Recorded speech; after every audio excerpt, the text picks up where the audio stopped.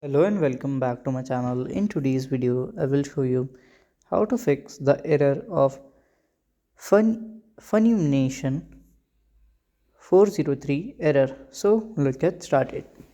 So to fix it, you have to just open the app, okay? And if it's open, then fine. If it's not, you have to close it, okay? Then you have to click on it here. Then click on the I button. Just scroll down, go to the storage and clear the data, okay? And open it again.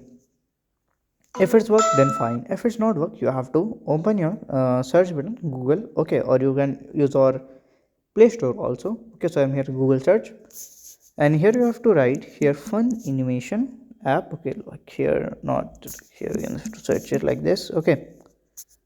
So from here you have to download the latest updated version and you can fix it. So if you find this video helpful, make sure you like, subscribe and share the video. Thank you for watching.